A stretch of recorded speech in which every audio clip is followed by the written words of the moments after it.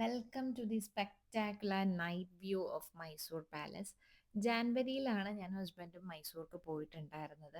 Edit ചെയ്യാണ്ട് കിടന്ന video ആണത്. ആൻഡ് രാത്രി 7 മണി മുതൽ 8 മണി വരെയാണ് അവിടെ ലൈറ്റ് ഷോ ഉള്ളത് കേട്ടോ.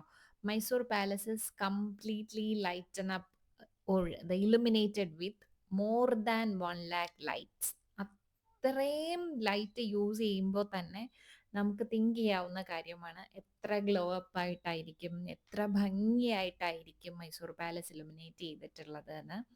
മൈസൂർ പാലസിന്റെ ഫ്രണ്ട് മുഴുവൻ ലൈറ്റ്സിലും പാലസ് ഗേറ്റ്സ്, 3 സൈഡുള്ള പാലസ് ഗേറ്റ്സും പാലസിന്റെ ചുറ്റുമുള്ള അമ്പലങ്ങളും മുഴുവൻ ലൈറ്റ്സിൽ ലൈറ്റൻ അപ്പ് ചെയ്യാണ്. ഇലുമിനേഷൻ അത് കാണാൻ തന്നെ നല്ല ഭംഗിയാണ് കേട്ടോ. അപ്പം ഞങ്ങൾ ഒരു ദിവസം അവിടെ ലൈറ്റ് വ്യൂ കാണാനായിട്ട് മാത്രം ഒരു ദിവസം ഞങ്ങൾ ഒരു 6:40 കഴിഞ്ഞപ്പോൾ പാലസിന്റെ ഉള്ളിലേക്ക് കയറി. Exactly on 7 p.m. they switch on the lights and the entire palace is illuminated with lights. This iconic structure glows with lights is a spectacular eye-popping views for all the crowds there, and it's an amazing experience. I won't be explained with words. എൻ്റെ പാലസും പാലസിൻ്റെ ഗേറ്റ്സും ടെമ്പിൾസും എല്ലാം completely illuminated ആണ്. അപ്പോൾ ആ ഭാഗത്ത് നിൽക്കാനും ഒത്തിരി പേര് വന്ന് ഫോട്ടോസും വീഡിയോസും ഒക്കെ എടുക്കുന്നുണ്ട്. അത്ര ഭംഗിയിലാണ് ഇത് ഇലുമിനേഷൻ പ്രൊവൈഡ് ചെയ്തിട്ടുള്ളത്. And this 1 hour is not only the illumination, and there exists one music band system. They place the music band, കുറച്ച് പാലസിൻ്റെ തന്നെ ഒരു മ്യൂസിക് ബാൻഡ് സിസ്റ്റം അവിടെയുണ്ട്.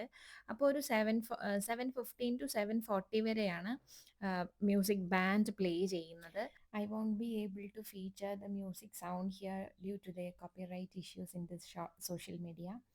സോ ഈ കാണുന്ന ആൾക്കാരാണ് അവിടെ മ്യൂസിക് ബാൻഡ് പ്ലേ ചെയ്യുന്നത്. അപ്പോൾ കുറച്ച് സമയം ഞങ്ങൾ അതെല്ലാം കണ്ടിട്ട് അവിടെ നിന്ന് തിരികെ ഇറങ്ങി.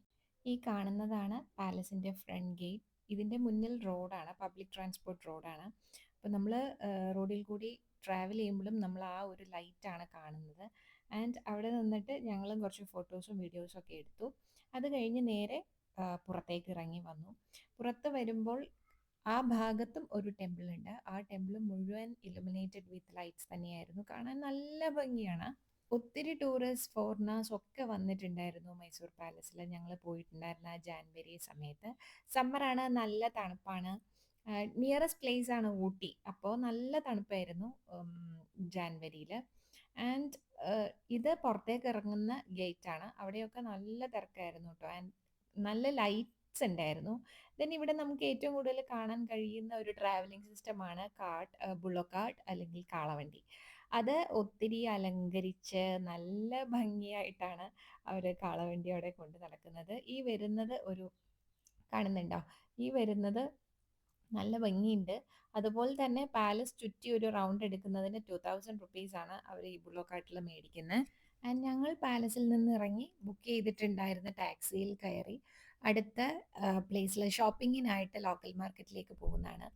അപ്പോൾ ഞാൻ പറഞ്ഞിരുന്നു പാലസിൻ്റെ മുന്നിൽ, ഗേറ്റിൻ്റെ മുന്നിൽ പബ്ലിക് ട്രാൻസ്പോർട്ട് മെയിൻ റോഡാണ്. അപ്പോൾ ആ റോഡിൽ കൂടി പോകുമ്പോൾ കണ്ട കാഴ്ചയാണ് ആ ലൈറ്റ് ചെയ്തിട്ടുണ്ടായിരുന്നത്.